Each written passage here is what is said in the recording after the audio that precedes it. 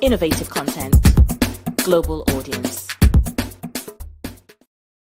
Hello, good morning, viewers. Yes, and happy new month to you as well. The month of November, the much awaited November.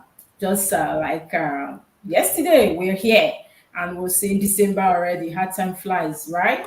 I know a lot of people it's that time of the year again when you have to start, gathering everything, trying to, make sense of all you have done so far in the year 2023, because December is just around the corner. Before you know it, it's Christmas. Anyway, happy new month once again and good morning to you. This is Wake Up Nigeria. My name is Princess Cassie and I have with me as usual on the show. My name is Daddy Chris. You guys should be conscious of one thing. As you guys celebrate new month, no one till you're getting old.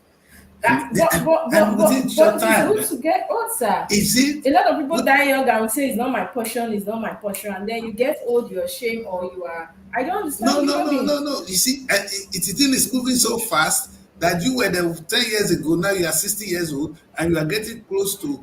Everybody's gonna die.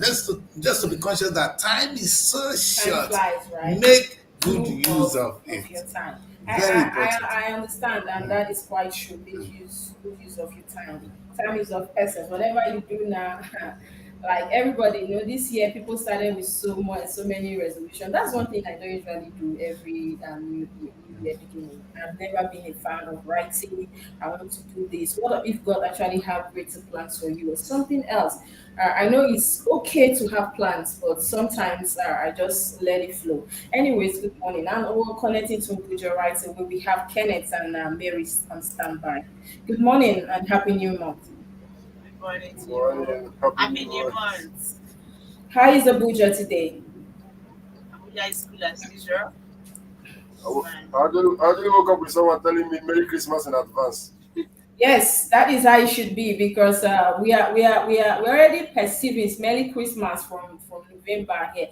Anyway, it's a sad. Usually November is sad month for me. Not really too sad because I have 2 events in my family, so kind of sad and all that. So anyway, we can't help but still thank God for life. You're welcome, and we have quite a lot coming in from our headlines today. What is happening to our naira? We're hearing here that cash scarcity returns to some of the states in Nigeria. What is going on? I don't have new CBN governor, and all these have been put in place. Now we have a major celebration next month coming. This is the time people will need the cash to do what they have to do. And I think coming to say we are short of naira or we have scarcity, and then POS people will start to do us shady again, as Nigeria used to say it. I remember then in Abuja during the naira redesign, they would tell me 10,000 is for maybe 4,000 or 3,000. I'm like, okay, I don't need the money for anything. Then let me just go to my house. So I tend to go to ShopRite to shop with my card and everything, so I don't have to, pay that whopping amount just to get cash. So I really hope we don't get to that place where we start hunting for cash again. Well, we have a new government, and I assume this new CBN governor will be on top of this. Let's verify that news. It's scary because, like you said, it's one of the major headlines today, this morning. Can you imagine? Yes. I hope Tinubu will jump on top of this. He wouldn't want these two, because we'll be dealing with other issues to bring in. This is the thing I can't remember, but was there news that the old naira notes will phase out by December? Maybe that could be the problem. That could be the cause. But the funniest thing, this is the thing. Sometimes Nigeria like to postpone the evil days. Sometimes it's better to deal with it once and for all. You see, as at that time, it was a good policy. The government said we should change currency. And people actually went through this hardship. So why did we go back once and for all? That comes to the issue of fuel subsidy. We said fuel subsidy is going to be painful. It's going to be hard. We deal with it once and for all. You see, Jesus Christ have to die for you people shouting salvation today. It didn't come for free. And sometimes, so sometimes. But then I was in Abuja, and sometimes, it was actually very difficult for residents. I was part of those people that I practically bought everything as part of vegetable. I used to drive to ShopRite to the mall to get it. So, and maybe that's a practice. Maybe, you see, Princess, had we stayed and we maintain it, you understand? And government begin to say, okay, whatever it is, have your card. Have your card. The culture would have changed, you understand? Cashless Lagos worked, you understand? The culture would have changed. The painful thing for me is having to postpone the evil days. The things we were avoiding will eventually come. You understand? Deal with it now. I mean, sometimes it's hard to deal with certain things in a very in a stupid manner. But sometimes I hate to postpone the pains when I know I'm still going to deal with it. I just want to deal with it once and for all. Like the fuel subsidy, I can't forget that one. I was so happy. No more fuel subsidy. Now where's the money? They're using it to give palliative. No, sir. Let us suffer for 3-4 years, but let us have refineries. That would have been something Nigeria is ready to do with. But Kenneth and Mary, are you people getting cash from the ATM cash point? The thing is, I didn't use the ATM, but my dad called me yesterday and he was complaining that ATM is not dispensing cash. And I was like, sir, me, POS I'm using. He said, no, I should go and try ATM. That's not dispensing cash. All the people he has sent and other people told him too that they can't get cash from the ATM. For me, I don't know because I'm not tried though. Yes, I think we are seeing in some northern part states we're seeing that no cash, the ATMs are not dispensing cash, and everywhere is dry as well. But we do hope that with it, like that Chris said, the new government and of course new policies will be implemented. Whatever it is they want to do to make sure that we don't, as the people, access the cash. They should do it so that people can as well access cash. But we move on quickly with the reviews of the paper this morning. And we're going to start with the Punch newspaper. Now, these are some of the stories coming from the Punch. The main headline here says Rivers crisis, Tinubu PDP governors stop Fubara's removal, protesters arrested. And the writer says PDP governors excited as Tinubu intervenes. Wike receives Niger Delta leaders warm over crisis. Protesters, police clash at speaker's residence. Fubara's kissmen seek Rivers CP's removal. Now, all these stories are on page 2 of the Punch newspaper. As well, we have a story here that says the federal government budgets 552.6 billion naira for arms anti-terror fights. And that story is on page 25 of the Punch newspaper. As well as a story here that says Senate launches fresh probe into Naira redesign. And that story is on page 7 of the Punch newspaper. As well, we have a story here that says Lagos secure $1.3 billion for 40 million mainland bridge others. And that story is on page 43 of the Punch newspaper. As well, we'll have a story here that says Apes court clears silver for Bayelsa pool, fans challenger 1 million naira. That story is on page 42 of the Punch newspaper. As well, we saw a story here that says on your dam, Ogo communities panic over fresh flooding. And that story is on page 4 and 5 of the Punch newspaper. We saw a story here as well that says Senate banks third quarter profit rises to 505 billion naira. And that story is on page 35 of the Punch newspaper. These are all the stories we have coming from the Punch newspaper this morning. And there's quite a lot there, quite a lot of stories. But there's a story here that the main headlines. Kenneth, there's a story here, the main headline that says PDP governors excited as Tinubu intervenes. I don't understand. So PDP now, opposition are now resolving issues of PDP. And now I saw a post yesterday. You know, there is this very big lady in the UK here, but she's a Nigerian. I worked for her once. I used to do editing for her. She's quite very close, and she's a strong member of PDP.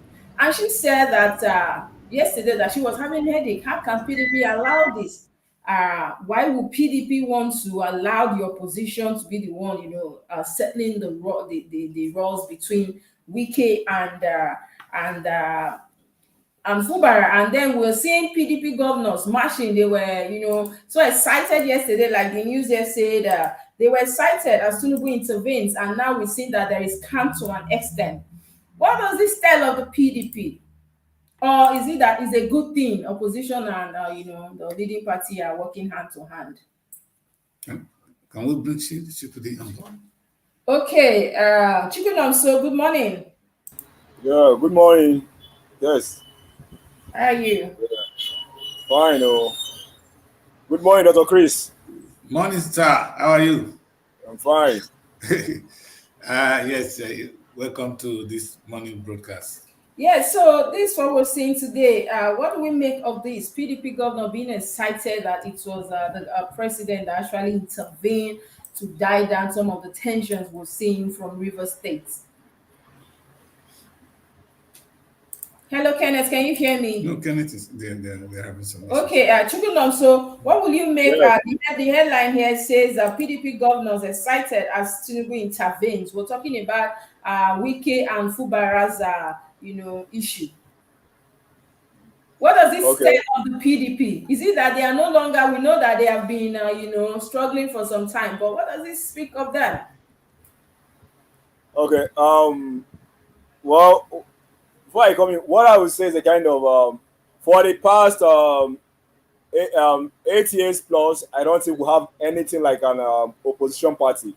PDP itself, the house is not in order. I don't see PDP as an opposition party for the past 8 years. Because if they were really an opposition party, I don't think the past administration would have made do with the kind of nonsense they made do with 8 years ago. So,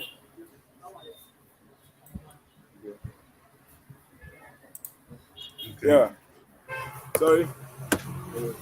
Ah, Okay, Yeah, that's hello. let's continue. Can you hear me? Yes, go ahead. So, PDP being excited as a Tinubu wading in their matter is fine and good. They accept that. But one good thing I would say is a kind of this between Wike and Fubara issue. I don't think anybody cheering them up to continue does not know what they are doing to our constitution. You get it? Even Tinubu weighing in himself is even it's just like striking a dead horse. He's not going to move to anywhere. So PDP himself, I don't see them as an opposition. So I don't even count them as a party. So I think until they put their house in order, that is when Nigerians will begin to take them serious or see them as one. Thank you very Daddy much. Chris. Exactly what I said yesterday. Thank you very much. At PDP, this is what we expect anyway. It's a big failure for PDP because now that the president APC is bringing, he has taken one of their strongholds, it's now. You see, that's to say, automatically, River State, which is a strategic state, is officially slowly becoming APC. That is the biggest danger here, and for PDP anyway. And this is the failure of their party. Instead of having this, is why they lost the election. Had Rivers go along with PDP, things would have been different. You understand? Because everything was going for PDP. Rivers failed them. First, it was a big mistake. If I was going to, this article, you guys call him a tactician. I don't know what kind of political tactician they give him credit for. He failed letting Peter Obi go. See, if I'm going to be president, I will do everything to keep Peter Obi as my vice. You understand? No matter how. And you lost that, and you lost Wike, then you lost the East. And that's your stronghold, PDP stronghold. You're not going to win the West. You understand? And that was the biggest mistake that PDP made. And that's how they lost the election. And now they're digging their grave. Because allowing the president to come, Definitely. no matter, it's a grave. They're going to bury them. Yeah, because in this war going on now, the biggest loser of it all is PDP. Thank you. Either Fubara wins, PDP still lose out. Yeah. If Wike wins, PDP lose out. So that's just it. The president going to say, Fubara, you are my son. You are my son. Come to APC. Too. Come to, you understand? You are all good. You understand? And that settlement will be settled indoor. You understand? Yes. Of course, they've been having so many closed door meetings since yesterday, till very late yesterday. But I saw Osun State Governor, I saw Obaseki and some of the other governors. They were so excited, walking out from the State House. They were so excited. So my point is, why are we now having the opposition? You call APC opposition. They are not the ones settling. This is the issue. You said it yesterday that the moment Obi and Atiku did win election, they just went back to sleep as if it was just about them sitting on that seat. That's the problem. If not, Atiku was supposed to be prompt with this. Yes. Oh no, we can't do this. Yes. We can know you are angry with us, but let's do this. And that is what a true card carrying member does. No, he doesn't even learn. Can I chip in something? Yes. Can I chip in something? Go ahead. Yeah. Sorry to cut you short. No. APC is not an opposition now. They have been in power for the past 8 years. Yes. Check when PDP was in power. They did everything possible to castigate, not just criticize. They castigate, they gaslight, they gaslight. In fact, yes. Any given opportunity, they will just pull up a protest. Yes. As in, that's to show you what a true opposition is. APC gave it to PDP back to back, right from the days of APP and AD. They gave it to PDP back to back. But just check for the past 8 years. But that is good for democracy. That is good for us. It's good for us. Rather, all they did was they will just join the bandwagon. They will just jump. No, Baba Atiku will go back to Dubai. Yes, the next election. It is a kind of I don't know why people see Atiku as a politician. No, Atiku is a transactional politician. I tell people. So, if not for anything, if not that Nigerians are on Atiku's balls this election, he would have gone back doors and negotiate and work out. But he knows that Nigerians are holding him on the balls. That is still why he's still pushing on. You get me? But he needs to do more. He needs to repeat 2012. Yes, the current man occupying Aso Rock did it. He gathered all the intellectuals you can think of. The likes of Soyinka, Falana, what is that name? All of them, he gathered them, he mounted them at where? In Lagos. Yes. And from there, that protest sparked and all over the whole nation.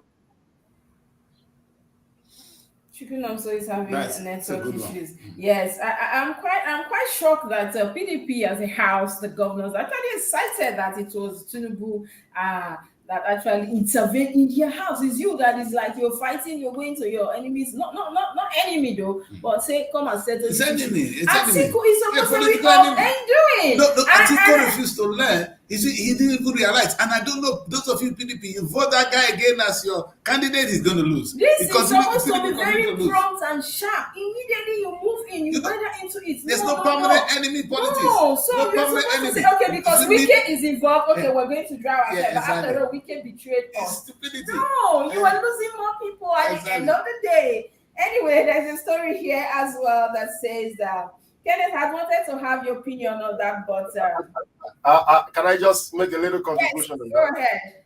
You know, you all are just seeing it from the political angle. I think this is a reflection of the character of Bola Ahmed Tinubu. We can say everything, but Tinubu is a bridge builder.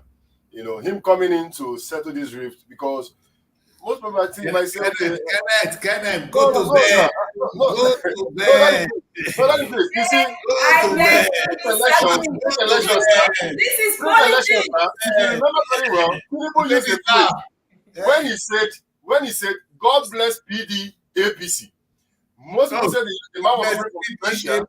Yes, but it's not been brought to the forefront that he owns PDP. Can you sleep at night if you listen to this again when you are alone? Can you sleep? God bless PDAPC. You bring it in here. In Jesus' name, Nigeria will have a problem. Oh, Kenneth is a young man, and this is what you have to say on the national telly. All right, go ahead. No. But it's a reflection of the character. You can see even the PDP cannot even settle in house. They have to bring the matter to Tinubu to settle them. And that is why Nigerians are worried. Now, I said it yesterday that I know a very strong woman that has been in PDP. In fact, since all my days in journalism, all my time, she has been there. And this is somebody that I know that pulls power, that pulls weight. I don't want to mention her name here, but yesterday she was so heartbroken. I spoke with her. She was like, no, my heart is broken. I can't sleep. I'm going to bed, princess. Look at what these people are doing to us. How can they do this? I think we're supposed to be active. And I'm like, but I think we're coming at, I see it as if it's just to sit there as a president, the name presidency, not like he was even serious. Anyway, these are the things. You first, Wike was the enemy, so he after all, Wike did betray us. So let them fight.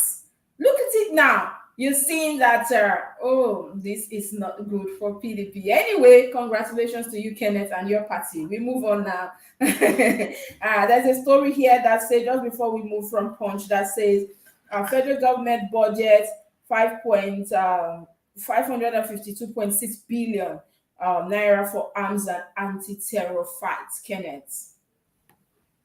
Well, you see, normally in every country, security will always get the highest vote when it comes to budget. My question most times is, who is in charge of the procurement of equipment when it comes to the Nigerian military? This is capital flight as far as I'm concerned. It's 500 and something billion naira. We're going to use that to purchase weapons from the West. What happened to the Nigerian Army, innovation department? They're supposed to, produce most of these things locally. Is it the steel to produce gun that we don't have? Where I'm coming from in Aba, we have people that produce gun in Aba. It got banned because, of course, the miscreants got involved and they say using that for wrong things. My point is this: 500 and something billion naira is even small if we're talking about the national security. The United States spends over $200 billion on the security. So whatever we spend on security, for me, is acceptable as long as it is going to ensure the safety and security of the individuals involved. We're only talking about procurement of arms, ammunition, equipment. Nobody's even talking about the recruitment of competent people to handle these arms and ammunitions. Nobody's talking about getting very, very credible people, vetted people to be in the security system. So for me, the money is okay, but I don't want a situation where we still use this money to go back to the same Germany that has just given us $8 million as a gift. We'll still use that money to go back and buy millions of dollars worth of weapons from them. And then at the end of the day, it looks like the money they paid was probably an upfront to secure this contract from us.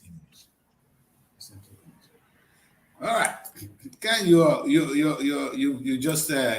just point out my fear. Yesterday I talked about the free lunch. There's not like a free lunch, you understand? And all right, if they give us the ammunition for the right reasons, if we use it for the right cause, it's okay. But my fear is this ammunition ends up in the hands of the hoodlums who are now terrorizing us. So how do we keep even track of our ammunition? It is very important to equip the Nigerian army because we have a fight at hand. They need to be equipped, but perhaps how we protect the ammunitions and make sure, like I said, the right people. See, I don't know why we play politics with certain things. You understand? There are some strategic offices. If I want to appoint a minister, I appoint somebody from a military background to be in charge of our defense. Because all police, you must have that. You must be familiar with the terrain. Otherwise, why you bring in somebody alien to a particular listen? And that's the kind of appointment we get in Nigeria. But that's my major concern. What you're saying, Kenneth, is very important. Security it's a huge issue, but it can be addressed. Why I'm so happy that Nigerians, even I said I'm going to beg Nigerians sometimes to really seek the advice of those of us in the diaspora. You understand? A guy just wrote a book now, and he's coming on the show next week to tell us the solution to our problems. And I really want to challenge Nigerians, young people, that if you see that Nigeria is having a problem, there can be technological solution. Think smart, come up with it, and Nigeria, you'll be our hero. For instance, this guy is coming up with a solution to our electoral problem. For instance, suppose we can vote with an ATM card. You understand? It is go straight. Not you. As you vote, it goes straight to where it is. You understand? The way you just the same way you transact your transaction, it goes straight. It reflects on everybody's account. You understand? Supposing we can do that, people begin to think outside the box. If the West are not doing it, it doesn't mean we cannot. You understand? Our terrain is different from theirs. If we have bigger challenges, we need a bigger solution to our own. They may not be as corrupt or have the same, but we can do something. The same thing we're talking about this military challenge, security challenge. I think Nigeria should think outside the box. Young people, who are smart, come up with something, devise something. Because this whole big ammunition is still the traditional way. There is not a solution to military challenge of our time. You understand? There must be something we can do because our challenge is peculiar. It's not something you go with big gun and say, I will stop terrorism. It's not stopping it. I don't know the solution, but people with military background should be able to think along that line. There should be. All right, we move quickly to the next newspaper we have. That would be Nigerian Tribune. These are some of the stories we have coming from Nigerian Tribune. We have here as the main headline: Rivers crisis, PDP governors call for ceasefire, say Tinubu has intervened. No quarrel too big to resolve. Now, this is coming from Wiki. And another writer here says, protesting youth storm speaker's resident, police arrest many. All these stories are on page 3 and 4 of the Nigerian Tribune newspaper. As well, we have a story here that says appeal court affirms Natasha winner of Kogi Central senatorial seats, reverses Silva's disqualification as APC candidate. The stories are on page 24 of the Nigerian Tribune newspaper. As well, we'll have a story here that says PDP chairman, why party chieftains zero on Saraki on page 4 of the Nigerian Tribune newspaper. There's a story here that says no plan to redominate Naira. Now, this is coming from the CBN, and that story is on page 6 of the Nigerian Tribune newspaper. As well, we have a story here that says Senate confirms FIRS chairman at Adedeji on page 5 of the Nigerian Tribune newspaper. There's a story here as well that says reps invite minister over 1.1 trillion naira conditional transfer. And that story is on page 3 of the Nigerian Tribune newspaper. There's a story here that says Police Council confirms Agbetekon as IGP. Tinubu set up committee to close constitutional gap. And that story is on page 3 of the Nigerian Tribune newspaper. There's a story here that says a building collapses in Ekiti, school girl killed, 4 others injured. And that story is on page 12 of the Nigerian Tribune newspaper. As well, we have a story here that says NAS passes 2.117 trillion supplementary budget through second reading. And that story is on page 25 of the Nigerian Tribune newspaper. These are some of the stories we have coming from the Nigerian Tribune newspaper. There's a story here. I think Wike is actually coming down since he said no quarrel too big to resolve. That means we should be seeing peace very soon. But Kenneth, there's a story here I really want you to throw your weight on. I'm still going to take you guys to PDP, but very brief. We're seeing here that party chairmanship, why party shifting zero in on Saraki. We've seen that Saraki over the time was one strong, when he actually crossed carpet, became a very strong one of them. But now, like you said, the house is not even in order. So I don't want us to waste time there. Now, there's a story here, Kenneth, I need you to throw your weight on. Police Council confirms Agbatekan as IGP's Tinubu set up committee to close constitutional gap. Do you think, because we keep saying state policing, community policing, now we know that Agbatekan is not, they are a group, just like then we had in Sakaba in the east and all that. Do you think every region should come up with something like this? At least this is something that, can penetrate the community even more. Well, yes, thank you very much for drawing my attention to that. But what I'm seeing is this is current IGP, Ebetokun, that was confirmed by the Senate. But Amote Kun, as it is, because I think that is where you're going to. Okay. Yes. I thought that was the group. No, this is actually the IGP of police. IGP, okay. Just confirmed. Ebetokun, the former ADC to Bola Ahmed Tinubu that just became IGP. But still on Amote Kun, I think you have a very good point, because I think that is one of the things the president asked the constitutional committee he set up to close gaps on policing and on the recommendations of the 2014 confab. For Amote Kun, for me, I think personally, if you ask me, I think it's a case of Nigeria favoring probably the people from the north, and I think that is one of the things Bola Ahmed Tinubu is trying to stop, because we have the Hisba police in the north, and they've been operating over the years. In fact, it's well known that in the north, the Hisba police operates almost like the normal police. They could even arrest you, they could detain you. They have their way of charging people to Islamic court and everything. But Amote Kun came up, though institutionalized by the 5 or rather 7 Western Southwest governors, but who had stiff opposition to that. And most times it felt like they were not duly approved to do their constitutional job which they set them up to. But now we're seeing the president is asking a committee to be set up to look at police reforms generally over the country. And we're expecting, of course, community policing to be ingrained in the constitution, not just as a bylaw between the states that want to operate. We wanted to have a federal backing under the constitution that says, okay, you can go and operate, a state police. That is, if you meet the certain requirement that the federal government might say. So for me, I think it's a way forward when the constitutional committee that the president has set up, by the time they come back, they tell us how best to, impute the issue of community policing into the constitution. Yeah, I think that would be the way forward. And then another story here, we saw that reps invite minister over 1.1 trillion conditional cash transfer.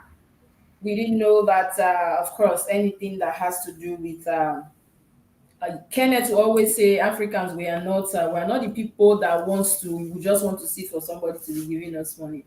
Give us nets to go and catch the fish ourselves. Now, what do you make of this, Kenneth? For me, what I'll make is, what will you people make of it when you discover that it was the office of the vice president, Yemi Osibanjo, that oversaw this conditional cash transfer, though it was with the humanitarian affairs minister then, Hadiza, So when people now see Yemi Osibanjo being called in during this because this conditional cash transfer was actually the trader money and the little scheme the Buhari administration came up with when they came in. That was their first palliative they gave, and of course you could see 1.1 trillion has been mismanaged. Nobody could even give account of it. Now the reps are trying to investigate it. My own opinion is, I hope that the Chris will not say that Tinubu is now witch hunting those that are not with him.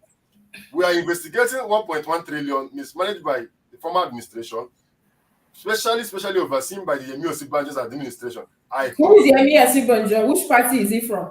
Because he is an opposition. He ran for president. So I hope you people will not say because the former vice president ran against his boss or his political godfather Bola Ahmed Tinubu during the APC primaries, and now we're investigating 1.1 trillion that was mismanaged. Kenneth, you just said my mind. But the good thing is, I always say another thing.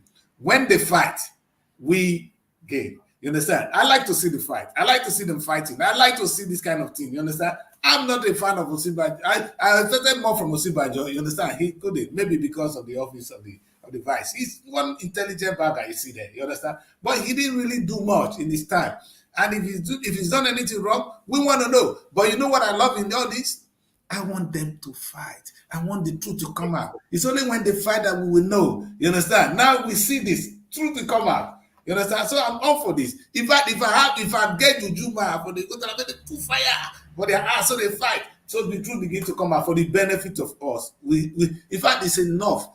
If Osibanjo, as intelligent as he was, as he is, he should not be in the position to do that. It was my candidate, you understand, for APC. Really? Yeah, I love Osibanjo. If you ask me, 2 people that were qualified to be Nigerian president, Osibanjo, if we're going to pick somebody from the West, so you see that man, that minister of works, what's it called? Baba Fashola. He's my man. These are 2 bagger. You see, when they take some steps, watch Fashola. Fashola is a bagger. If Fashola want to do something, he will do it. One, he's a lawyer, he understands the legal aspect, and he's mean. You understand? He will use the rule of law. He's not going to do it against the law. He's going to go straight using the instrument of the law, and he's going to achieve what he wants. That is the kind of bagger Nigeria need. Baba Tinubu is a politician. You understand? He only maneuver. Baba will find his way, but in a crooked manner. But these guys will do things. Let's I won't be shocked anyway by the end of this tenure that we have half of the PDP move over. Oh, what do you expect? Honestly. What do you expect? Baba don't know. Baba I'm will, telling you will that consume all of them. our Let me use the president word. will It's do not that. gonna. It's not gonna attract. Baba will consume all the. You don't know And the that. strong people as well. And what becomes what you of say. that? My fear is what you Baba said. will consume And them. Chukun also did say that also that in a country where you don't have an opposition, we are doomed. That's the fear. Baba will consume all of them. The next election will be a free fall for him. I'm telling you, Baba will win the next It election. will be a revelation of his true leadership characters. For me, I believe that. Well, His good for character you. as a true leader Good for you, will not make that for our country. You understand? It's a threat not to have opposition. He's leading. It's a Kenneth, threat. it's not good for you. It's not good for prosperity. It's not good for Nigeria. You understand? Because these guys they're gonna enjoy. You understand? Baba, in fact, all I know is if at the end of 2 years, Baba still have opposition in the country, change my name. Everybody will be singing Baba must go. You understand? And we say Yeah. congratulations to our dear Natasha as we move on. And we move on quickly to the next newspaper we have, and that will be the Daily Trust. You know, something about Daily Trust, we don't have more stories here. I think it's just the headline. And the headline here says cash scarcity returns to Kanu for a new. The writer says bank rations withdrawals, ATMs run dry, old notes won't be phased out December 31st. Now, this is coming from CBN officials. Abuja BDC operators decry Naira crunch. Now, these are all the stories we have coming from the Daily Trust. What kind of I don't know. You see, and also we have a story here that says I think this is an advertorial that says Governor Mala Buni building a stronger post-insurgency Yobe State Part One. I think this is an advertorial. Yes. Okay. Yes. We see that, guys. This Naira issue we talked about earlier. I think the reason for Listen, should we review this newspaper today?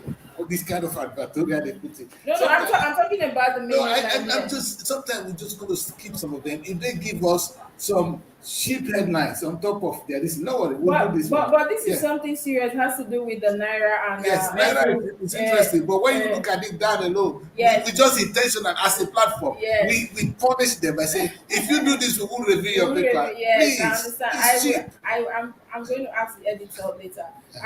We're talking about the Naira crunch, and I think the reason for people not having access with the scarcity, it's the fact that maybe there was a report that on news that the old Naira note to be phased out 31st of December, and then people have started hoarding the new ones again.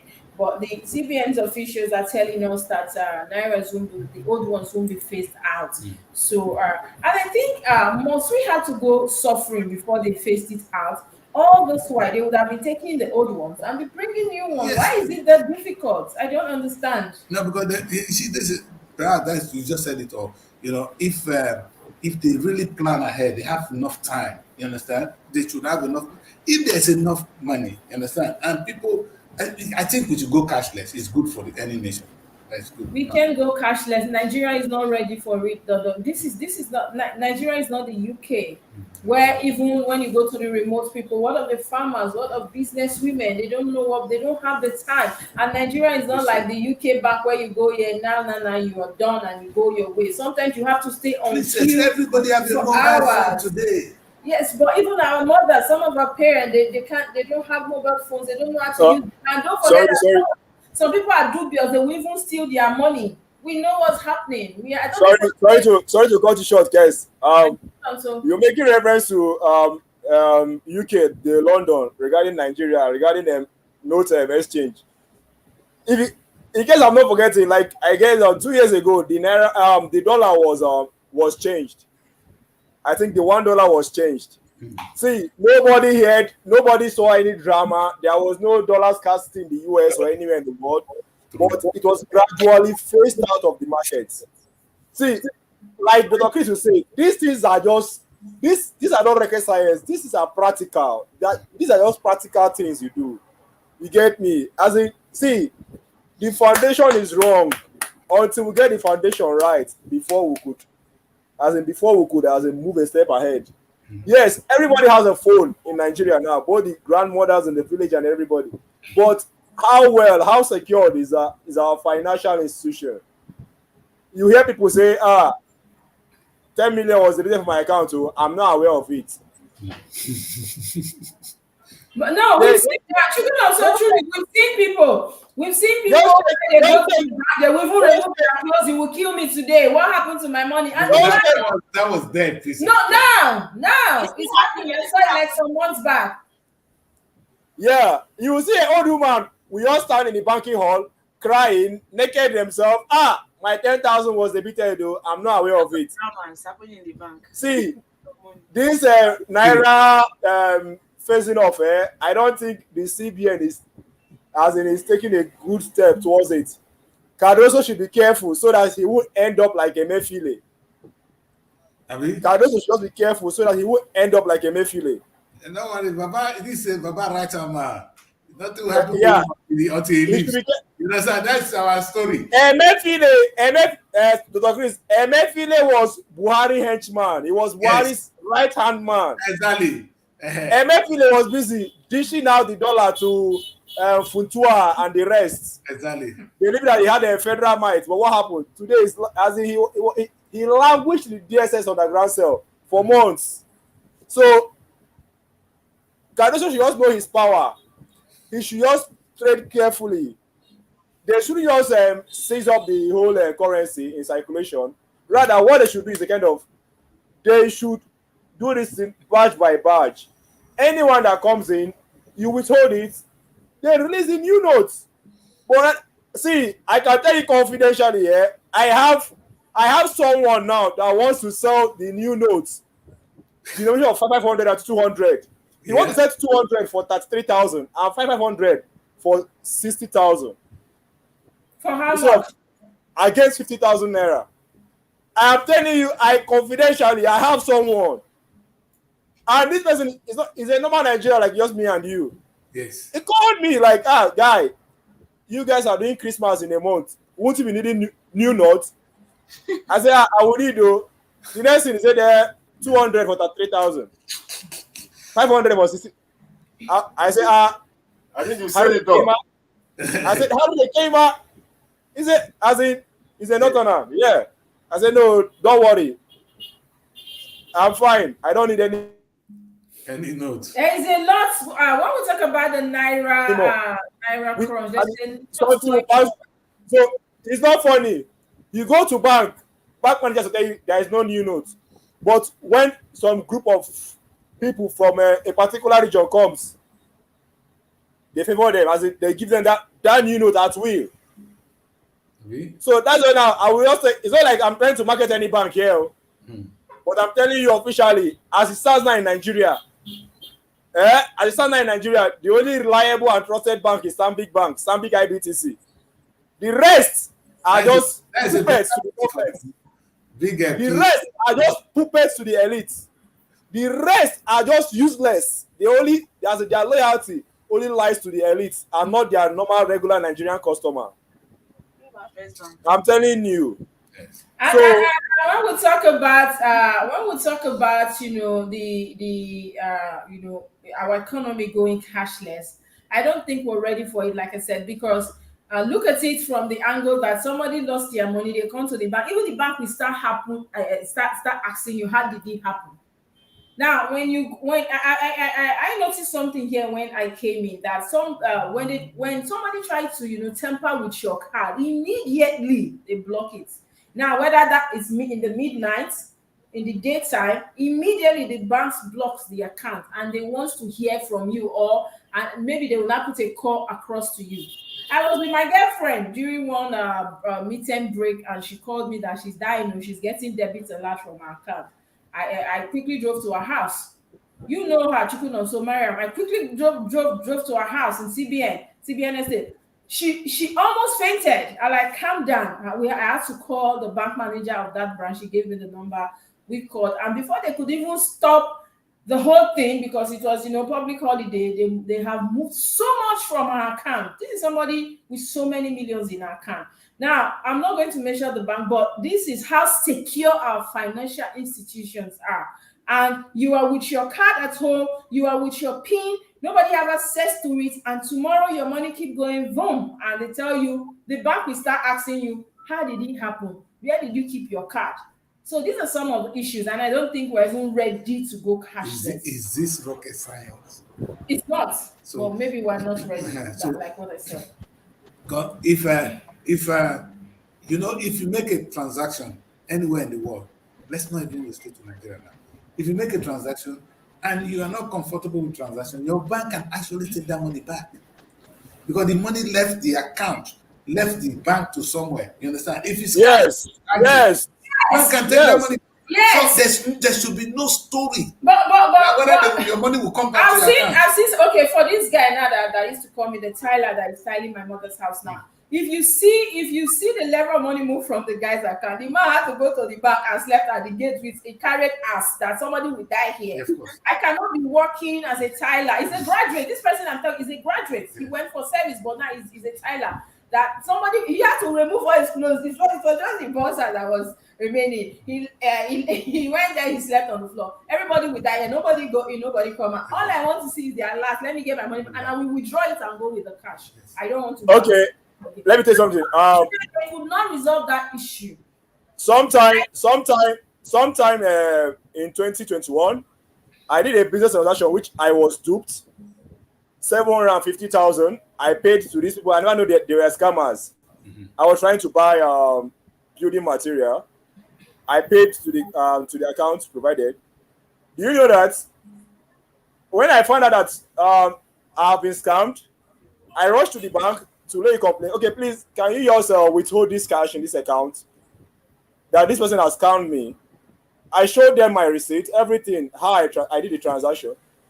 You know, instead of this bank to like, okay, let's hold this cash, they are asking me to go and get a court order that they know that before I would go to, before I would from Kubu, I'll go to Wuse to get a court order and a police order from this person must have withdrawn this money. I tell you, before I would go and get this order to come back, that money has left that account. So this person was on another account, as in on a different bank. Honestly, I got mad at the manager. I said, see, I came here when this money was still in this account. I told you, leave this account. I have been scammed. This is me. I'm not going to transfer this money to this person. Courtesy demand, like, if really Nigerian banking system does not support fraud, they would have blocked that account. Even my own bank, Stanbic, immediately raised a query and sent to that bank. Not within just 10 minutes of that transaction. But they ignored it. That's what I'm telling you. All Nigerian banks, I don't want to start naming them, but we know them. They are all puppets as a bad system. And most of these fraudsters, their fraud thrive because this bank supports them. Well, I can give a different perspective to this. Okay, go ahead. I think we should be talking about the laws of the Nigerian banking sector. Okay? You can actually raise a flag, you can flag a transaction, but it is not within the powers of a bank to freeze the money in another account without a court order. You understand? These are things. Sorry, but it's in their law. It's in their power to lien an account for 24 hours. This law is that, Kenneth. It's in the existing laws. It is not right, but it's the existing laws. Wait, Kenneth. If there is a transaction from your bank, you made a transaction and you are not comfortable because you can detect some fraud in your transaction, you can go to your bank and withdraw it immediately and tell them they should stop that transaction. That agrees. This is the UK. It's in the UK. Even in Nigeria here, up till last year or sometime early this year, if your own SIM card got lost, before you can get a new SIM card, you need to go and get a court affidavit swearing that it is your SIM card. Something that if they log into the system, they are seeing your face. I'm not supporting it. I'm just going to tell you where the problem is coming from. And that means we have the institutions are not working, or maybe they're not working. Now, the laws should be amended or amended. Yes. Now, even the young man that lost his money, most banks will not even advise you that will have what we call the NDIC. That's the Nigerian Depositors Insurance Commission, where if you've been scammed, truthfully scammed, they are supposed to, remit that money back to you, because every money under the Nigerian banking system is insured. In the UK, in the US, even if you lose money to scam, if it's proven that it is not of your own error, do you know you can get that money back? Yes, of course. They help you to But get it in back. Nigeria, nobody talks about that. Now, what they do is they discharge you from the bank. When you go, they will now personally file it and take that money. Most people don't know this. This is why it looks like some of the banks are open. That means that fraudsters, like Chukun so rightly said, they are Of course. Many of the customer service in many banks in Nigeria are even the ones that remove money from people's accounts. Yes, you're correct. When you Very approach them with an ATM card form, they will give you a form. After filling, one way or the other, they are able to know the PIN that you have. Then they know that this. In fact, do you know the rampant one they do in the East? There is when an old woman or an old man, or maybe a pensioner, someone also exposed comes, they will ask you, maybe you're trying to know your bank balance, or whether they've paid your salary or something. In all these pensioners in the East, what they'll do is they'll give you a form requesting for an ATM card without you knowing. When you already now requesting for ATM card, you sign it, you give it to them and go home. They will now use that details to withdraw the money from your account. Even if you come back, they'll tell you, somebody removed money with your ATM. You say, but I don't have an ATM. They say, well, you have an ATM now. But even if you like, go and call the DSS, that is the evidence they'll present that you fill the form, you requested for an ATM, and that you have an ATM. So someone has already met, withdrawals on your account. So what I'm saying is, Mr. Chukwuonso, you are very, very right. But I think the Nigerian orientation agencies, I always like going to the institutions, because they are the ones that are supposed to do these things. The National Orientation Agency is not even doing its role in terms of sensitizing Nigerians as to these things. If a Nigerian knows that, even if my money is removed, though, I can actually go and file for NDIC to replace the money. Do you know if the NDIC keeps paying insurance claims to Nigerians on money, they will be the ones to step up and ask the Nigerian banking system to do the right thing. Yes. If they keep losing money by paying insurance, because insurance is not free money. It's still the money that they've put in a particular fixed deposit that keeps growing over the years. But if they see that millions and millions of Nigerians are making insurance, claims every day, they will be the ones to tell you, Oga, please, what's happening with your bank? They will fight. Now look at Zenith Bank today. It's posting gains. The year is not even ended yet. They are posting gains of over 100 billion naira. Where is this money coming from? It's the kind of money you're seeing from people. I don't want to go specifically on banks. Sorry, I know we're on air now. But most times you see Nigerian banks quote huge amounts of money as gain. These are money from customers, old customers. In fact, if people die in Nigeria, I'm sure these boys will just go and whoop some money out of that account, because you cannot even prove. The man is probably dead. He cannot say, oh, this is what I have in my account. When the family come, in fact, if they will even let the family see your account. Let me shock you. Do you know that? Well, sorry to say, like, if I should die now, yes, the bank will pay my son my money. Do you know why? Not because it's my next of kin, but there is a form. There's a particular form, payable at debt, as in payable upon debt. They call it PIDF or something. That's the only form that will permit the bank to pay your family your money. Yes. Your family being a next of kin does not guarantee the bank paying your money. Ask anybody, and I quote, ask. Yeah. Ask. You even have to involve a lawyer. Many people don't know about this form. Many people don't know about this form in Nigeria. Many people don't know about it. And that's why I'm telling you. On the show, I'm actually really educating Nigerians on this very important issue. You understand? Very important. Thank you. Just like my brother here said, Nigerian banks, that thing he said is the truth. When an elderly person comes that is not exposed, they will make you to fill a form for ATM. And they will now take this ATM to their own self, change the PIN. Maybe you need to have when your salary or your pension come in, maybe like 1 million naira, they will go and pull out 200K. And you don't know what's happening. You don't know. Maybe if at the end of the day, you tend to find out, you come to the bank, they'll say, you have an ATM now. It's ATM withdrawal. They will put that on your child or maybe on your maid, whereas they are the one doing it. Honestly, Nigerian banking system is a criminal organization. It's sad. That should be a topic. That should be a topic for another day, not today. Another day. Honestly. But before we move forward, I remember that my mother, she sent somebody to the ATM to withdraw money from her. I think that money should be like 80K or so. And the person went, I'm the one that usually gets the alerts, and the person went, and I got 2 debits.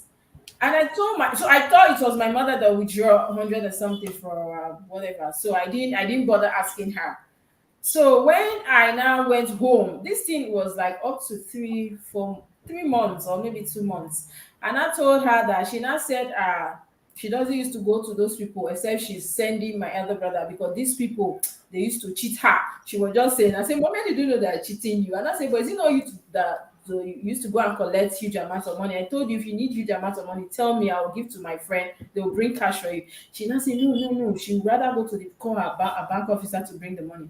So and I say, but you sent somebody so time and they withdrew this, that. So I didn't even know how my attention went there. Like me, I only Can took you it. imagine? I didn't take it as and I said, and the person she said that my brother, I know he can never do such a thing. So I immediately asked my brother to go to the POS cash point and ask them what happened.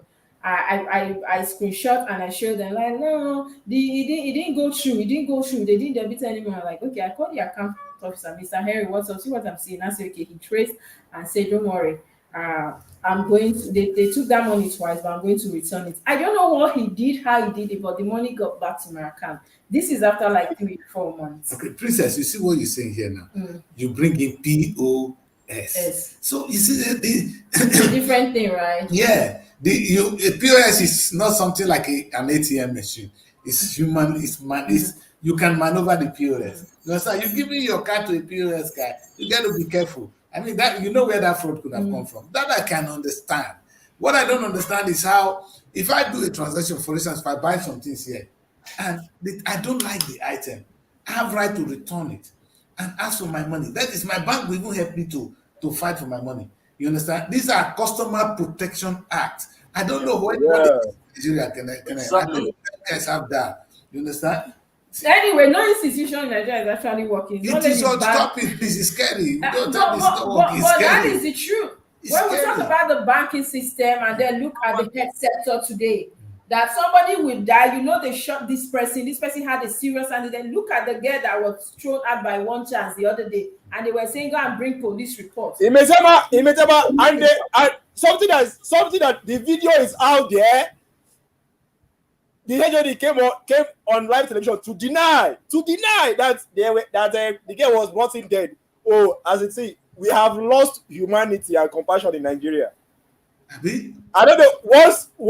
Once anybody joins the elite, automatically the person's soul, conscience, everything is dead. It's not funny. We move on quickly. It's not funny. To the next newspaper we have, and that is the Vanguard. These are some of the stories we have coming from the Vanguard newspaper. The main headline here says Rivers Tinubu words in Wike Fubara meets greets in Abuja. We're happy that they are not in talking terms. And there's a story here that says we want to return but can't record envoys on page 8 of the Vanguard newspaper.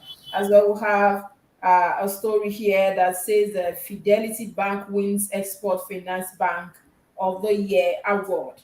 And that story is on page 20 of the Vanguard newspaper. As well, we have a story here that says Zenith Bank's gross earnings jump 114% to 1.33 trillion naira. That story is on page 19 of the Vanguard newspaper.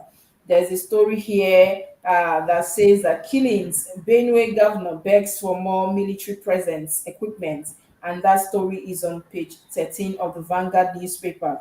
We also have a story here that says PDP governors welcome Supreme Court judgment, slam contradictory ruling on Plateau.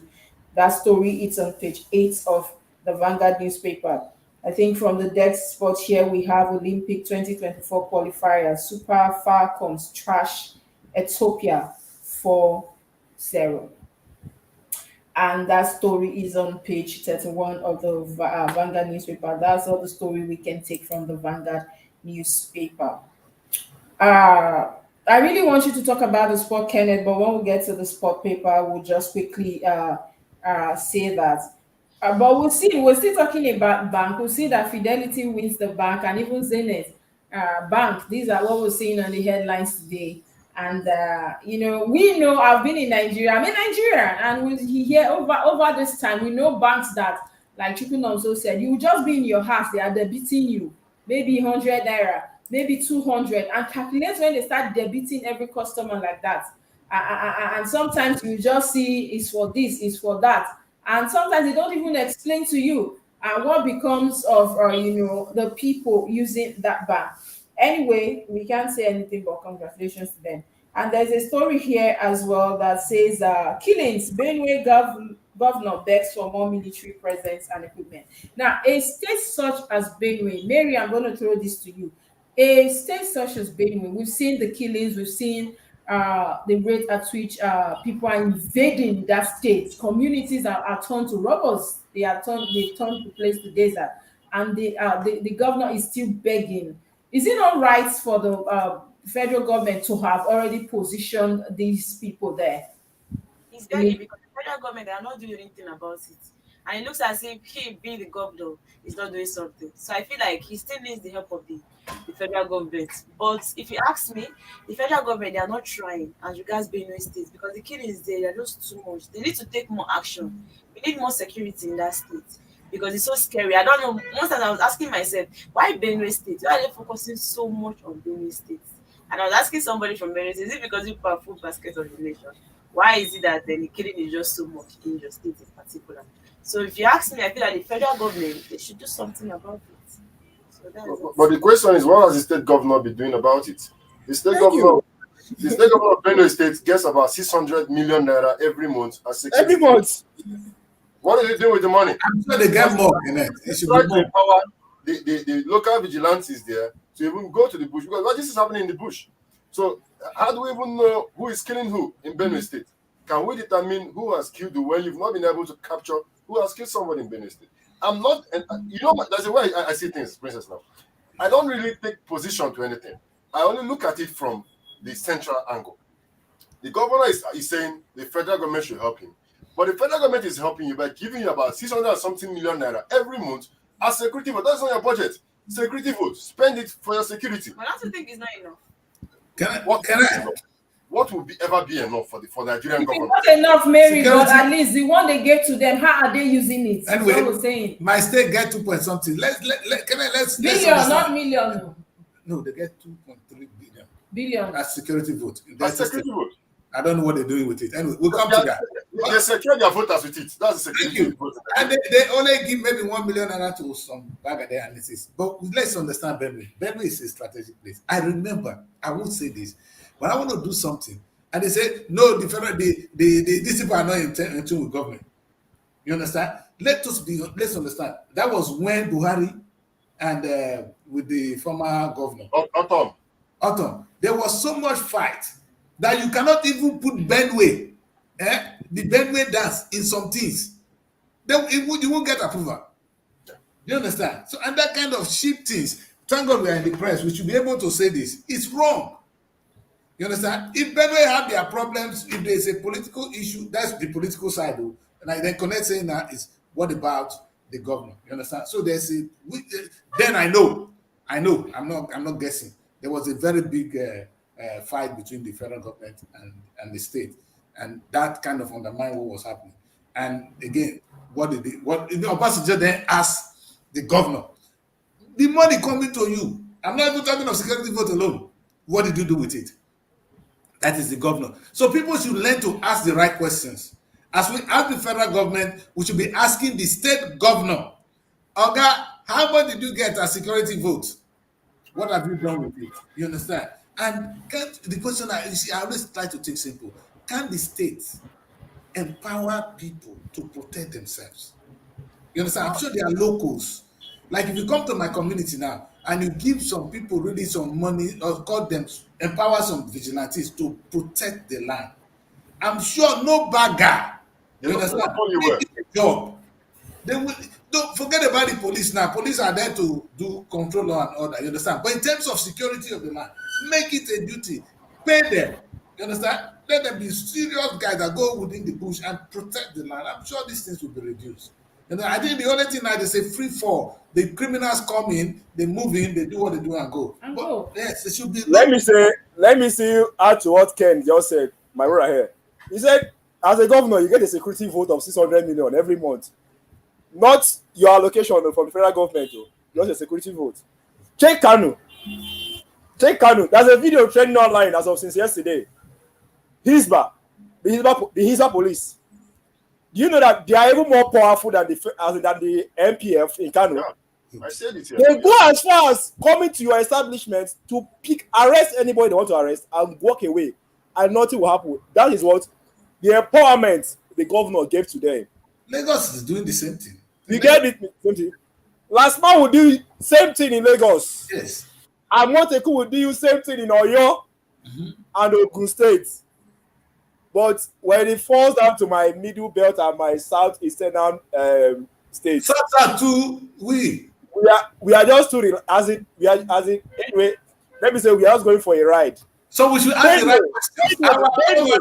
Oh my God, good. Our governor. The current governor now, he's a priest. I believe in most of it. If you go back to yes, a Nigerian priest, thank you. If you go back to his sermons like 3-4 years ago, you will see where he was speaking so hard against the insecurity and the killing. Now they have given you the power. What have you done? Just within your first 6 months, you have lost something less than 1,000+ lives, and you are still asking federal government to come and help you. My brother, like Dr. Kit always say, these things are practical. Oga, 600 million will empower the whole of Vigilante in Benue State. Sure. And you still have a change of 400 million. Mm-hmm. That's true. Serious salary. Position these guys. Build security posts in each major farms that you know. Empower them. Anybody you get. Make it a career. You know what I'm saying? Make it a career. Anybody that's a threat to these farmers, just do away with that person. My brother, I will tell you, we need 2 months. You won't have insecurity again in Benue. Now let me answer this now. Let me tell you, this Benue crisis, Nigeria will gradually fall into famine. There will be hunger. I always say it. 2027, there will be serious hunger in Nigeria. We are already running shortage of food. No, I keep saying this, sir. I have a friend, Skyline ICT. He developed a proposal that was sent to Reverend Father Alia just some months back to build drone watch centers around Benue State, about 11 of them. His proposal is saying, let us not even put people on ground inside the bush. Now, because the army is ready to work, the police is ready to work, but they are limited. They have just some few numbers sent all over the country. Let us put drone control centers where we can now use drone to monitor the bush. These guys, thank you. You see their movement. These guys are not ghosts. They are not ghosts. They are human beings. Exactly to where they are going to stay. The Benue State governor, in fact, let me not go into what happened during the proposal. The whole give me something. They abandoned it. Now he's still coming out. It's their way. Federal government should help him. This is for me. I was saying it when Oton was there. Alia is of the APC, and I'll still say this insecurity only benefits the governor in seat in any state in Nigeria. Yes. Any governor in seat and there is insecurity in state, go and check it. He is the highest beneficiary. I'm not saying he wants to kill anybody. I'm not saying he wants to kill it, but this is the reason, this is the way they can siphon money. They will say, we are trying to do local security. We are trying to settle. We are paying. Even MFLA said he paid ransom of millions of dollars to people that were kidnapped in Chad Basin. So for me, insecurity benefits the people who have the money at hand. They can easily write anything and say, we use it to pay ransom. We use it to settle. Yes. We use it to treat somebody in the hospital. So, after all, the city governor came to live television years ago to tell us that he pays ransom to bandits by himself. Are you serious? And the governor is busy now singing a Bob Marley line for. Are you serious? Let me even shock you. The governor you're talking about is Matawale. He is the defense minister currently. Go and check it. He's not the defense minister. The one that paid ransom. The person that paid ransom. He was paying bandit ransom by himself to keep. And now he's our defense minister. Defense minister. Kenneth, we still tell you that. Kenneth, and you thought the judgment of your Baba now. Thank God. No. Baba has to bring him. Let me tell you now. People understand Tinubu. Tinubu know that this man knows how to settle this bandit, Abi. Or you come to the Federal Executive Council. Come and tell us how you are settling them. So it means your Baba is cunning. But Adekri said it. Tinubu is the most cunning politician in Nigeria. I can say it anywhere. He's the most crafty, most cunning. He brought the man that had the highest security in his state, Zamfara, made him the defense minister. But of course, he used Nuhu Ribadu to make his NSA. So the office of the NSA currently oversees the work of the defense minister. Now, tell us exactly how you were paying these bandits. Let us work with you and see how we can tackle security. That is why you're no longer hearing bandit in Zamfara state as it is now. I understand Kenneth now. It's just as if when something keep missing and you know this person, you know. I understand. I understand. Like, for instance, when you know somebody lies goat or something and goat they miss, so put all the goat for the person hand. Princess. But you watch the strategy of that person. That is my concern. Somebody that pays ransom is not somebody that you even call. No, that means they can access them now. So it's easy for all of us. But instead of fighting him, they're not petty. Because even that they're supporting something that's not good. It's not true that they don't know where they are. They know where they are. Mary, what did you say? Instead of fighting him, they are not petting him, bringing him close. So that he can take us to them now. Is it not the same thing? Of course. Let me keep quiet. Because you guys are funny. That somebody that picked on paying ransom as a strategy might be something that an individual will do. But a sitting governor that pays ransom, he's a daft already. You understand? And he's a daft already. And you're bringing him to the federal level that he knows them. So what strategy? Tell us how to pay more to them because he knows them. In fact, he's going to blackmail the whole country. What a judgment. Baba don't the judge, he tried this for this one. What I expected was for them to even fight him. And right now, you're trying to say they're bringing him close. No, bringing him close to me, I think it's a political strategy. It is Only Nuhu Ribadu can handle the NSA and the defense minister quite very well, being fair to him. But bringing Matawale, for me, Matawale has no security training. He's not even an ex-road safety official. So making him defense minister does not even justify anything when it comes to defense. But for me, as a politically inclined person, I believe Tinubu intentionally brought him to that place so that he will not be overseen. Because if you leave this kind of person in his state, he's already having a relationship with the bandit. But do you know what they can fester together? They can, yes. So you bring him to the table, then NSA is supervising everything he's doing. Then let him tell us how we get to the bandit. Let's even start negotiating. And you think he will? But of course, you see, are you hearing bandits every day again in Nigeria cities? Fulani henchmen are used to hearing their news every day. The way I think there is sense in what the president actually did, if you ask me. Well, can we say this from the aspect that Mr. Kenneth is always fighting for the president? No, I'm not. He's a party man, Mary. You know already that Kenneth is. Whenever I want to talk about the happiness in the country, just try to turn this thing in a way that means that I'm confused. No, I'm not confused anybody. Mary, Kenneth is an APC man. You don't expect less. Nobody will come and tell you in the public that my mother made soup and the soup is tasteless, it's not sweet. Nobody will do that. We're talking about the country here. Let's talk about the happiness in the country. What we're saying Kenneth is supposed to be neutral, but we can see that he's only APC with full chest, and we allow him to do that. And most of the things when Kenneth they talk about no evidence, but Kenneth go argue. As a lawyer, I cannot tell the party you support because you are being neutral here. But it's not just so obvious. No, I'm very neutral. How can you say you're neutral? You are far from being neutral, Kenneth. Because for you to say nobody in APC Zaka, no APC member character is questionable, that means no questionable character. None at all. Hey. So can you hear that Kenneth is saying in the whole of APC no questionable character? No, none at all. Let me put Chukwu Nonso for you people to see Chukwu Nonso. Mr. Kenneth says was that no questionable character in APC. Yes, sir. Okay. Let me just call some few names for you, and please, I would like as your response. Your response now. We now, as a as a portray it for Nigerians to know if you also have a questionable character or not. Okay. Very well, sir. Let me start with our very good friend. Our very good friend, San Kiamo. Not a questionable character, right? Has he been convicted of any crime, sir? Huh?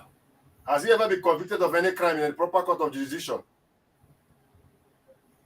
He has not been. Then what now took him to Kirikiri years back?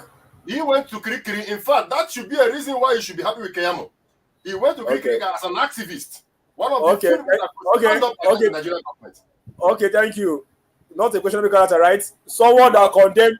Someone that when he was with Atiku, he condemned the Buhari certificate and forgery before he now switched side. Not a questionable character, right? Okay. What about our good friend, the O4 high eating Mazi, FFK? Not a questionable character also. The one that how many billion got missing? Yes, that billions of taxpayers' money got missing under his watch. Not a questionable character. Was he convicted? And I'm sorry to say, our sitting CEC, I believe you can also see the letter from the FBI. Bola Tinubu and all. Letter that incriminates him. Even the US embassy said he has no case to answer. He attended CSU. He graduated from CSU. So I don't know where this point from. So the disposition under oath by the CSU registrar is nothing. Somebody he got his certificate. He got his certificate from a third party vendor. See, anybody that let me tell you that disposition. CSU said they admitted a male, Bola Tinubu, to CSU. A what? I'm coming. Presented admission letter. I'm coming. That they admitted a male. They admitted who? They admitted a what? A male, Bola Tinubu. A male. Yes. A male. Yes, Mr. Ken, I'm sorry, No, I have the your integrity now on this live TV is very questionable. CSU said they admitted a certain female, Oga, a certain female, Bola Tinubu. They never said male. His transcript said female. Nobody that comes online to defend Tinubu that does not look stupid. No.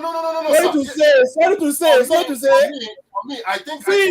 Let me tell you. If Tinubu has nothing to hide, why would he be sending lawyers to counter every subpoena that is being given to him? Why would he send his lawyers to go and stop FBI from using his file? Why would he send his lawyer to send? Why would he send his lawyer to Chicago to stop the school? These are personal things. Let me tell you. See, Mr. Ken. If I tell you I graduated from, let me say, Uni Abuja, and you want to give me a job to hold your company's accountability, and you now tell me that you are going to Uni Abuja to ask for my credentials to be sure that I really graduated from there. And when you move out, the next thing I did was to call my lawyer. Hey, tell you in Abuja not to give this my employer my details. No. Come on, my brother. Does it make sense? I think so. Sorry. Let me come between the two of you. Let me come in here. PDP has gone so low in opposition. Look at what you're trying to bring up. Did the school say he did not go to the school? He did not say he did not graduate. Even sir, when you're looking for a job, this is how I came online. That was Dr. Chris, sorry to say, sorry. Just hear me out now. That was how an APC man like Ken came online. He was asked a simple question. Just a very simple question. He turned it into a war and disrespect. Since your principal assumed office, the economy has tanked. Now we're going to number 2 now. The next thing,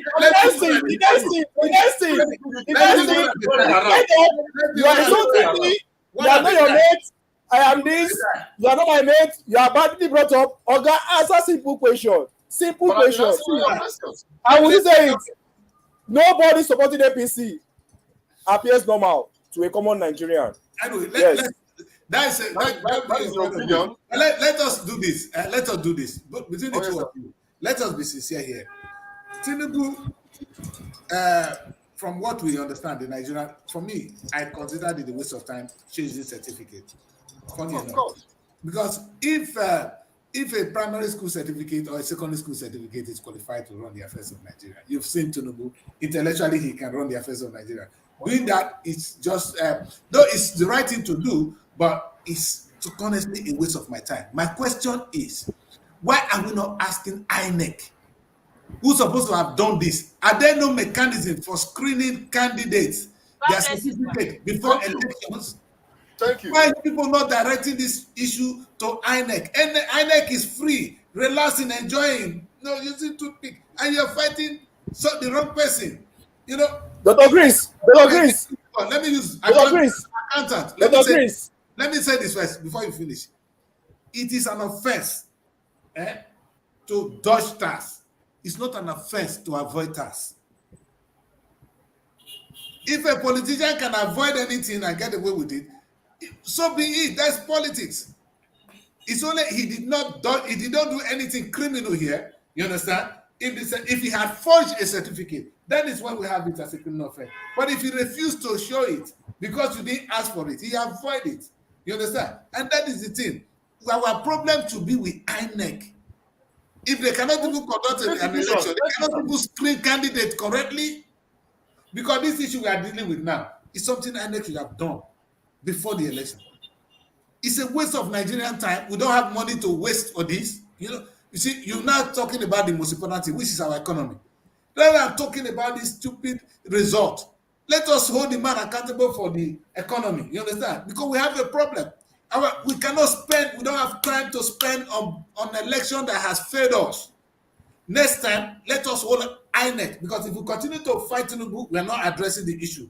We should be holding INEC. Look at what you did to us. Look at what you did to us. They should be the one we are accusing now. Tinubu has escaped. But next time, if we're going to correct this, our anger should be on INEC, not Tinubu. And our problem, yesterday I read something on this show.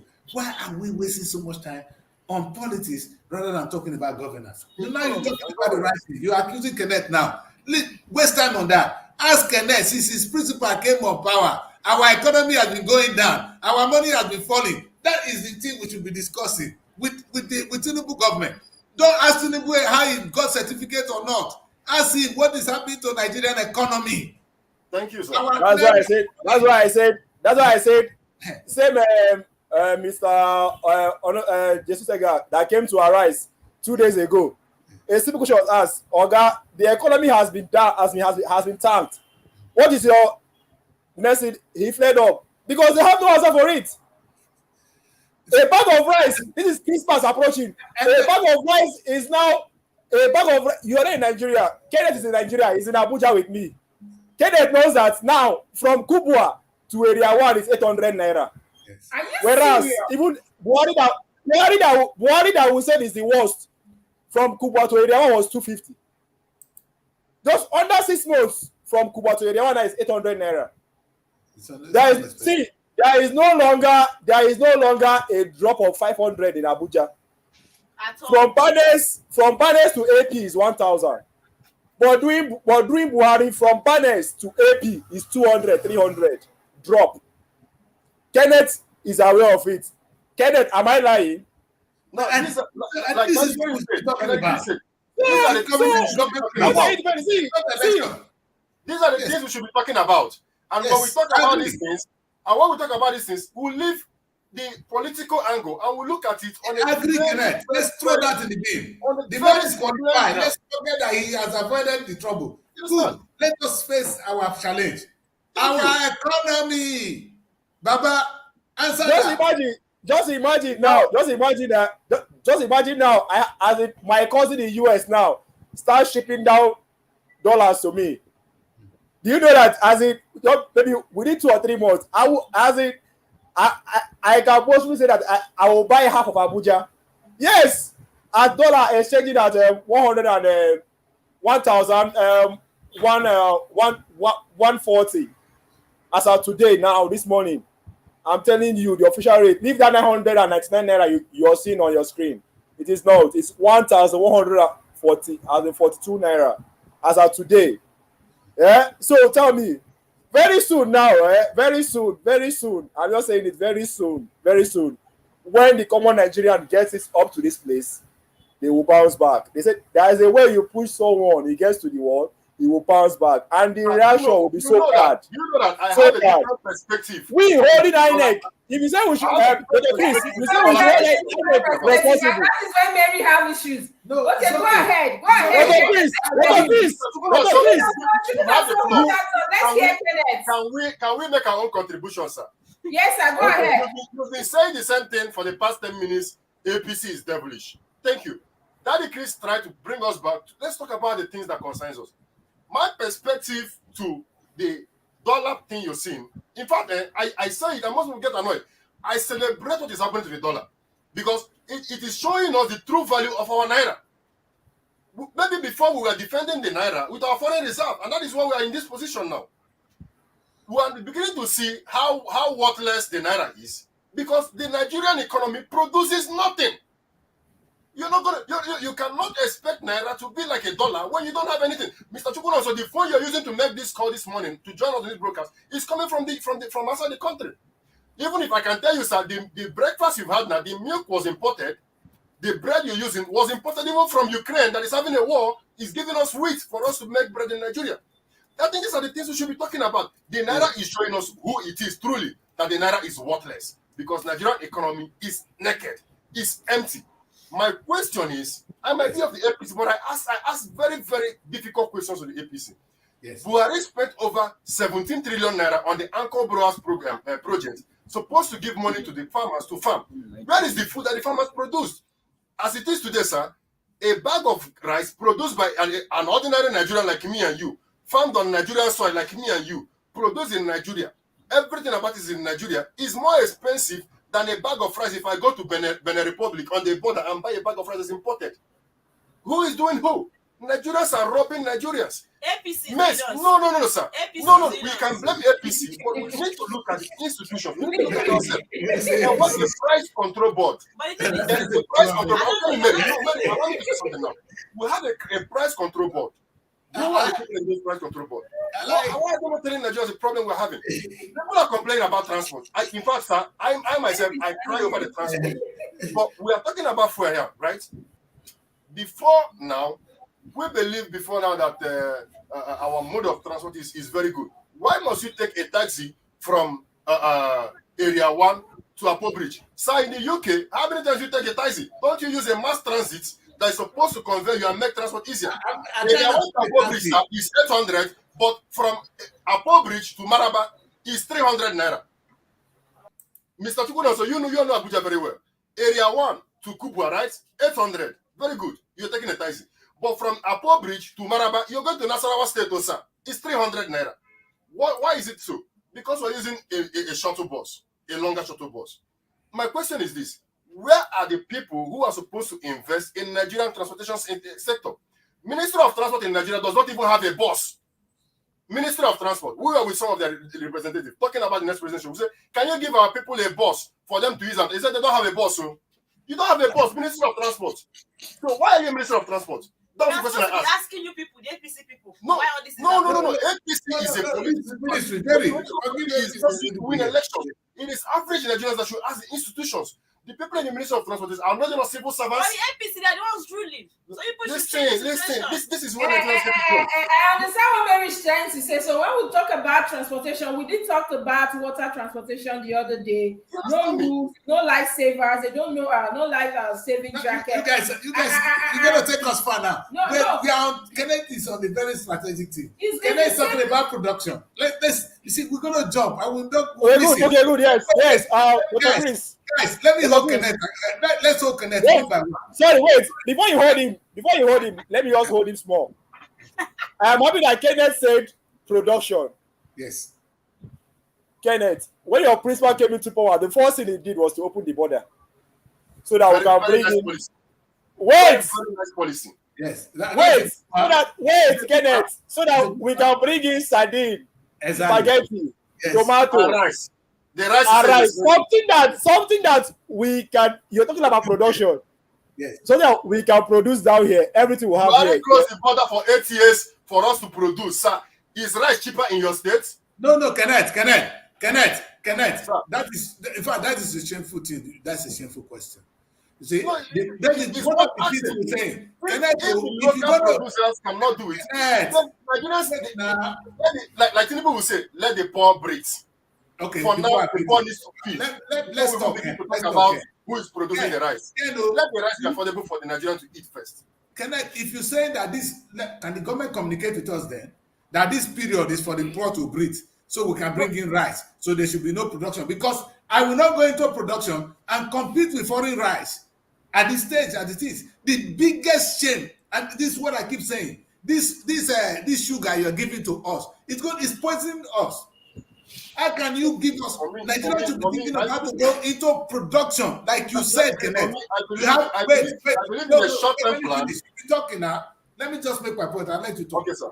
We're gonna do this now. Now the government has done one thing right. We don't need subsidy. All right. We thank him for that. All right. Now the naira is falling, which is good. Because if we have something to sell, people will be rushing to buy from us because our naira is low. But as it is, Kenneth, your naira is dead. You are importing. You are burying this country. And they been that say, okay, the essence of the naira being low is to make sure that people come and buy from us. So we make sure nothing comes into the country. Now you say naira is dead, no subsidy. You are bringing rice, bringing sardine. That is insanity. You see, it boils down to this. Nigerian television, you cannot consume certain things locally made. You are encouraging local production. No, we should eat local rice. You are encouraging, so people can go and produce. By the time your naira is dead, nobody, meaning you are not planning to even sell outside. The naira dying is for no good for the country. It's a punishment. But had it been that the government is clever to say, okay, now that the naira is low, we're going to start producing things we will sell. Then people will come and buy from us because our naira is low. That would have been a strategy. But now I don't understand the magic. How you're going to get out of this? If naira is low, you are bringing in dead rice, well. and then the people producing cannot even compete with that because what a shame.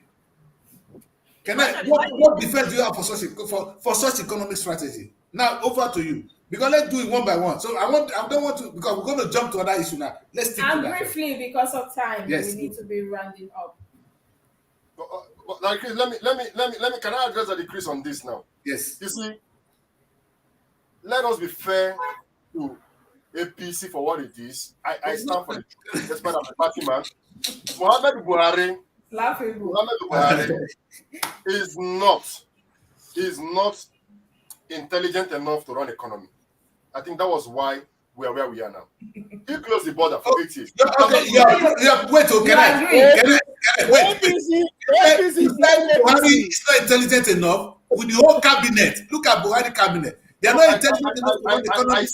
I say it without any sympathy. With our vice president, Tinubu, with all these people in the cabinet. Look at Fashola, all of them in that cabinet. It's not good enough. What are you talking about? You might want to ask, sir.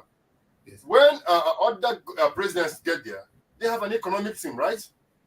Fashola was not even in the economic team of the president. He had his own. Let us see Kenneth. As he defends. I'm coming, sir. I'm not defending it. I'm trying to show you the errors. I'm trying to show you the errors now. Listen, when Buhari was there, the same border we're talking about now had been closed for 8 years. Let us treat things with the fact it was. When Jonathan was there, the border was open. Rice was selling about 6,000, 10,000, 12,000. Then Buhari came, he closed the border. He pumped in over 12 trillion naira to the local farmers, like they said they were pumping in. He said, farm, Nigerians must eat what they produce. He was firm enough to stand for that, despite how everybody resisted it. Where are we now? Nigerian rice, I'm coming, Mary. Nigerian rice is that. Do you know the quantity of rice Nigeria now produce because of that? No, we give credit to the farm. They cannot even farm. Sir, that increase. Forget what you see on the paper. Let us deal with what we see with our eyes.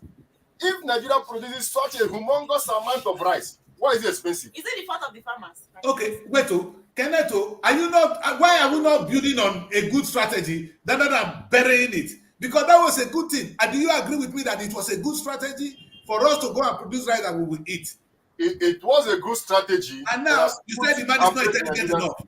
You just see what you said. It was a good strategy, sir. Yes. No questions. A good strategy. And the one that closed the border, that opened the border to bring in rice, so we cannot produce this. It is not creating competition. Because we gave too much power to the local producer. That is where I'm going to. Most times the problem of the Nigeria is still the same Nigeria. We gave too much power to the local producers. They were just fluctuating the price over nothing. A local producer you can use a law to control. You cannot control the law that is coming from outside. Thank you, sir. What to do. Thank you, sir. We even have what we call the price control board. Yes. They are supposed to control the price of commodities in the market. It's everywhere in the world. Every country has their own. Thank you. And what is the government?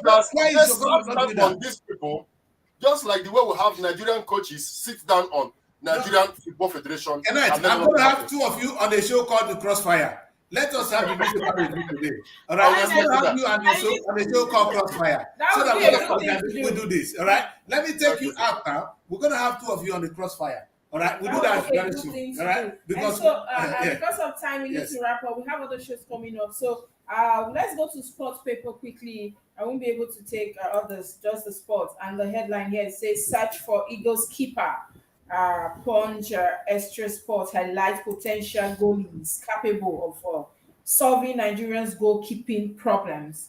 Now, you and Chikun, so I know you are football lovers. So, what do we do? I know for some time now we have been, there's this quest for a good goalkeeper for the Eagles. What's the way forward? Well, I think, like I said the last time we talked about this is, look at the faces you're seeing here.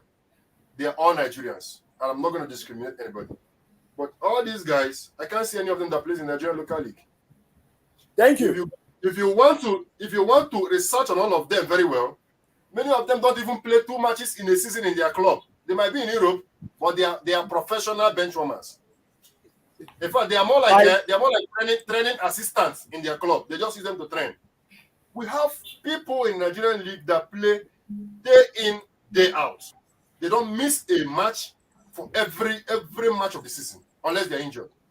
The best goalkeeper we've celebrated in Nigeria in recent times, Vincent Inyama, was not discovered in Europe. He was discovered in the South playing. And now we are looking at all these fine, very handsome fellow Nigerians like me who are in Europe. Many of them cannot even do half of what in. That is crazy. Why are we even talking about this? Yeah. NFF should stop the attitude of taking $2,000 from player agents in Europe to come and make them our first 11 so that they can sign bigger contracts and sit down on the bench in Europe. We have people here that can it just give them the opportunity. I'm assuring you, we had Dele Ayenuba, we had Vincent Inyama, we had all the best goalkeepers. We had Peter Rufai. They were discovered in Nigeria. They should come back home. All these places I'm seeing here, nothing. There's nothing we can write about this book. Nothing. Some of them are in Slovakia. Kenneth, thank you so much for this. So this is now we're talking about the locally produced goods. Let's use it. Locally produced goods. So let's see. I like this. To be honest, I am crying for Nigeria. Football is our religion in the UK. Of course. Every Saturday, we pay the money year on. because the system they've been able to make you love your own state. You understand? Is it not a shame today that you don't have even locally clubs that are actually having the Nigerian Premiership? You understand? That can actually bring out these players. A country of 200 million, you can't get it wrong with football. Where young Dr. people, Chris, you see, Dr. Chris, yes, sir. Dr. Chris, Yeah. Kenneth is very right.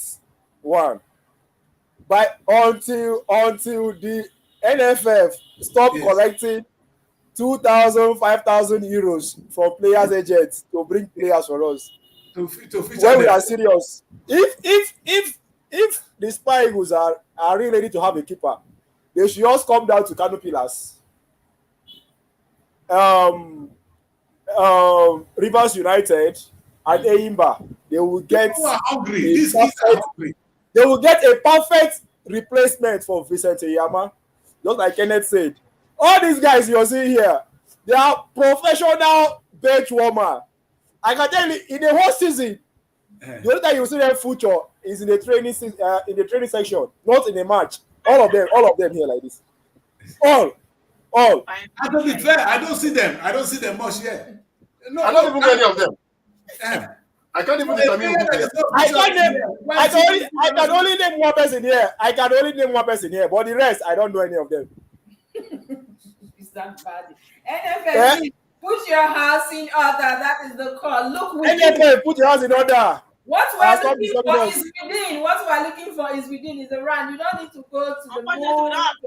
Yes, to get there. But finally, before we round this up, don't you think this is a business for us? You guys, young people, are you not thinking of recruiting young people for businesses? You understand? Because if you have a football team in Nigeria and you can bring him out to play an international friendly, you'll be making money. What does it take, to be a football agent? It's resources, sir. That is what it takes. Yes, sir. Dr. Chris, is resources. When you come, like now, let me say, Kenneth is a football agent. I am the owner or manager of an academy here in Abuja. And you are a potential signee, as in to take one of my players abroad. Yes. I will give Kenneth clause. If you are taking this boy, you'll be giving me 2 million naira every week. Kenneth in turn will now come to you. If you are signing this boy, the academy say you'll be giving them 4 million naira every week out of his wages. So tell me now, how would that boy thrive? He might want to go, okay, let me just go for going sake. After 1, 2, 3, 4 years, he gets frustrated. They start looking for a way to just break out of the cycle. Because what? I am milking him, Kenneth is milking him, and you are milking him. And he's well putting in the effort, and he's not seeing any results. So, by the time we end bribery in NFF as a whole, thank you. We'll get it right. There are keepers. In fact, the current CBN football team, Abuja, their current keeper, their current keeper who is fit enough to fit in the vacant position of Eyama as it stands now. But nobody will talk about him because why? He's in Nigeria. Anyway, he has no 2,000 euros to pay. He has no 5,000 euros to pay. We need to wrap up, Chukun, also because of time. We have another show, and thank you so much for your contributions. Thank you, Kenneth and Miriam. Thank you, Daddy Chris, for being on the show this morning. It's a wake-up call for NFF to put their houses in order. In fact, I'm going to send this broadcast to some of them at Glass House this morning, so they put their houses in order so that we can move forward. They should look within. That is the message. Thank you so very much, you all, for being on the show today. And before we go, don't forget our different SRTV packages. We have so many travel tour, we have video coverage, we have event coverage as well. We have rentals, and as well we have our magazine, as well as 30K for you to showcase your brand. And don't forget our production houses, where outlets, where you can just walk in and all you have to do is set for you to use. All you have to do is to come in with your crew and have your productions there. Before we go, don't forget to hit on the notification bell. Go to our YouTube, subscribe, hit on the notification bell Follow us on our social media handles, Instagram, Facebook, Twitter, and X, and of course, leave us with your comments as well. We'd love to hear from you.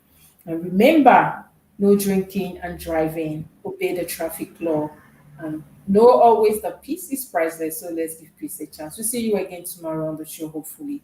Bye.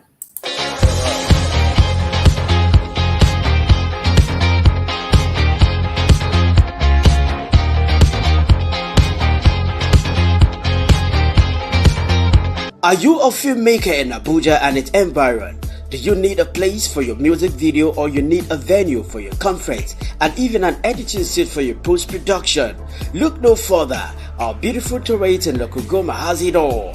We have a whole floor that consists of 3-angle lounge, a beautiful dining area, a large kitchen, a conference area that can comfortably accommodate 60 persons, and 5-bedroom adaptable for all kinds of shoots. The good news is all is available at affordable price. And you know what? If you are a member of the Association of Movie Producers of Nigeria, you have 20% discount. So what are you waiting for? Hurry and contact us on the numbers on your screen now.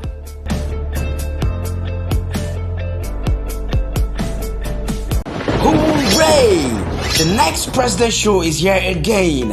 Are you aged between 18 and 30, smart, bold, and possess exceptional leadership skills? Do you have what it takes to be the next youth governor and future youth president? Then register free now at superiorradioandtelevision.com or call the number on the screen. The Next President reality TV show, moving politics out of the polite drawing room into the clamor of the streets.